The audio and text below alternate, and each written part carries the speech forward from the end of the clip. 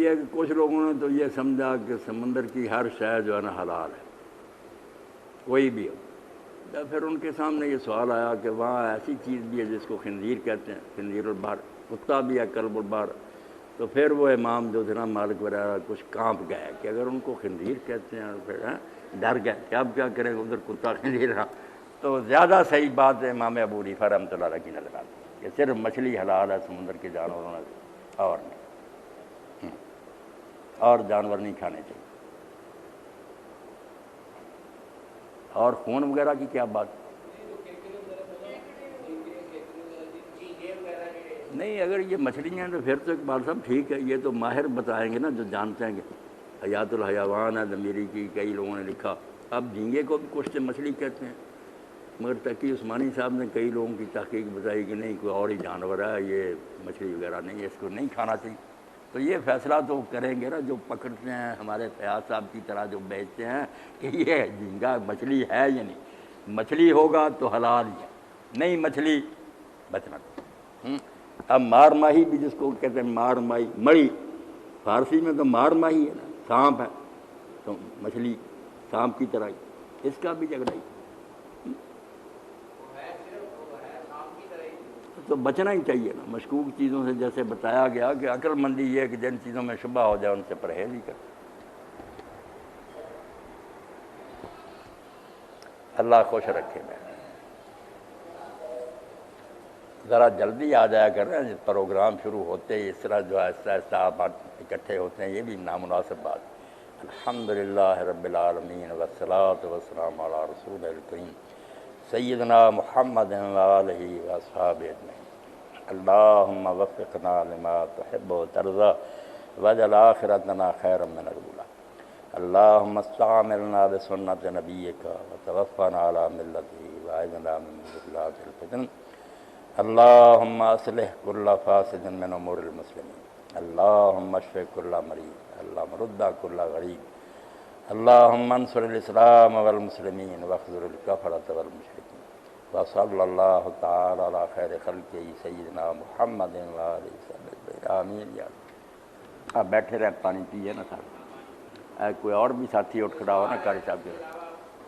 ہاں آپ سوال کر رہے، کوئی بات نہیں، خادم صاحب کو دیں نا پانی تقسیم کریں۔ مولانا زیر مطالعہ آیات میں، بچہ اٹھو نا قاری صاحب کے ساتھ بکراؤ جی۔ زیر مطالعہ آیتوں میں نعمت اللہ کا ذکر آیا تھا، یہ واحد کے طور پر ہے، تو جب اس کا ترجمہ آپ کرتے ہیں تو جمع کے طور پر کرتے ہیں، اس کا کچھ فرق بتائیں گے؟ حکیم صاحب جا رہا ہے، حکیم صاحب جا رہا ہے۔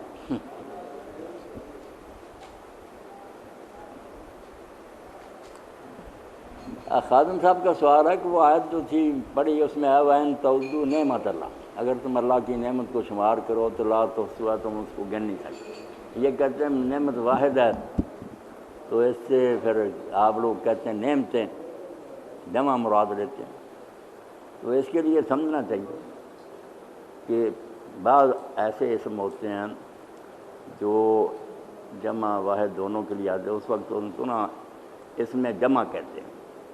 اگر ہم کہیں آسمان، کئی جگہ سما ہی آیا، یہاں بھی سما، حالانکہ قرآن پاک میں ایک ساتھ ہیں آسمان، کہیں زمین ہی بول دیتے ہیں، ارض مراد جنس ہوتی ہے، میں نے اس میں جمع کہہ دیا، اس میں جنس کہنا چاہیے۔ جیسے کہہ دیں مرد جو ہے عورت سے زیادہ عقل مند ہے، رجل بولیں گے، ادھر المرأہ بولیں گے، مراد ساری جنس ہوگی، سارے مرد ساری عورتیں۔ تو یہ اللہ کی نعمتیں جتنی اس نعمت کے آئیں گے اندر ساری شامل ہوگی، اس میں جنس کہ وہ پوری جنس جس پر بھی یہ لفظ بولا جائے گا سب شمار ہوں، یہ سارے انداز اپنائے جاتے ہیں۔ کہ یہاں نعمت سے مراد واحد کے طور پر اگر لیا جائے تو جیسے پانی ہے، اب پانی کے اتنے فوائد ہیں کہ اس کا شمار ہی نہیں کیا جا سکتا، کیا یہ تشریح صحیح ہوگی؟ نہیں، فوائد کی بات نہیں، ان تعدوا نعمت اللہ لا تحصوها، وہ ہا اسی نعمت کی طرف جاتا نا، وہ بھی ماننا ہے، یہ بھی ماننا کہ اگر تم اللہ کی نعمت شمار کرو تو تم اس کو گن نہیں سکتے، نعمت کہیے، فائدوں پھولوں کی بات نہیں، اس میں جنس۔ جیسے کہیں کہ عالم جاہل سے بہتر، علماء جہالا کہنے کی عالم جاہل سے بہتر، تو اس میں جنس ہوتا ہے، پوری وہ جنس۔ مولانا سوال یہ ہے کہ قرآن مجید کی آیت ہے کہ جس کا ترجمہ مولانا حالی نے کیا کہ خدا نے آج تک اس قوم کی حالت نہیں بدلی، خدا نے آج تک اس قوم کی حالت نہیں بدلی، نہ ہو جس کو خیال اپنی حالت کے بدلنے کا، تو اس کا صحیح مفہوم کیا ہے اس آیت کا؟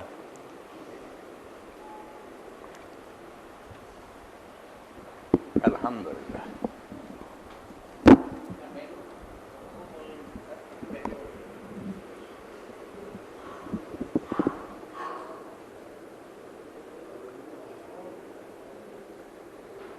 مولانا حالی رحمۃ اللہ علیہ جو کچھ کہہ رہے ہیں وہ بات اپنی جگہ پر حق ہے، انسان جیسی کوشش کرے گا وہی نتیجہ میں سامنے آئے گا برکت، مگر آیت کریمہ کا یہ مطلب نہیں۔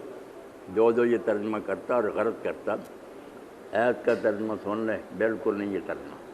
ان اللہ لا یغیر ما بقوم حتی یغیروا ما بانفسہم، دوسری جگہ کھول کر بتا دیا لم یکن مغیرا نعمتا انعاما، پہلا ما بے ان اللہ لا یغیر ما بقوم، اس میں مراد ہے نعمتیں، جو نعمتیں کسی قوم کو اللہ نے دی ہیں نا، خواہ مخواہ ان کو واپس نہیں دیتا، مال ہے، حکومت ہے، زندگی اچھی گزار رہے، جو نعمتیں ہیں کسی قوم پر وہ اللہ تعالیٰ نہیں خواہ مخواہ بدلتا، حتی یغیروا، جب تک ما بانفسہم، یہاں مراد ذمہ داری، جب جو ان کے ذمہ عائد ہوتا تھا نا کہ شکر کریں اور عدل اور انصاف کریں، اس کو نہیں بدل دیتے، اس وقت تک نعمتیں چھینی نہیں جاتی۔ اس آیت کا مفہوم جو ہے نا اسی دائرے تک ہے کہ جو انعام کسی قوم پر ہوا، اقتدار ملا ہوا ہے، خزانے یہ خواہ مخواہ ختم نہیں ہوں گے، زوال نہیں آئے گا جب تک وہ چیزیں نہ بدل دیں جو ان کے ذمہ تھی، ان کے ذمہ وہ نعمتوں اللہ نے چاہیے تھا کہ پھر خلق خدا سے نیک سلوک کرتے، عدل کرتے، متکبر نہ بنتے، یہ بات ہے۔ اب اس پر کوئی رہ گیا تو میں نے سادہ ترجمہ کر لیا کہ اللہ تعالیٰ نے جو کسی قوم کو نعمتیں دی ہیں وہ ان میں خواہ مخواہ تغیر و تبدل نہیں کرتا جب تک وہ ان ذمہ داریوں میں رد و بدل نہیں کر دیتے جو ان کے ذمہ عائد ہوتی، نہیں حق ادا کرتے نعمت۔ بتائیں نا بھائی، اب کوئی رہ گئی بات تو میں چاہتا ہوں وہ آیت نکل آئے جس میں یہی بات بیان ہوئی۔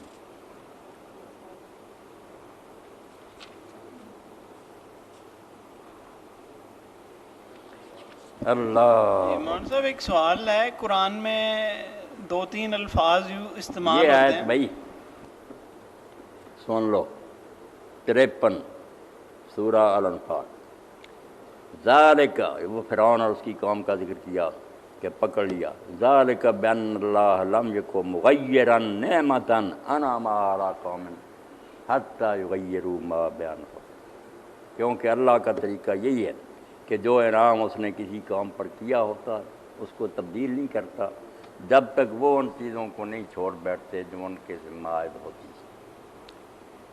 یہ 53 آیت، وَأَنَّ اللَّهَ سَمِيعٌ عَلِيمٌ، اللہ سب کو سنتا رہتا اور جانتا رہتا ہے کہ کیا کر رہے ہیں۔ ایک لیول آتا ہے کہ اب یہ اس قابل نہیں کہ ان کے پاس یہ نعمت رہے۔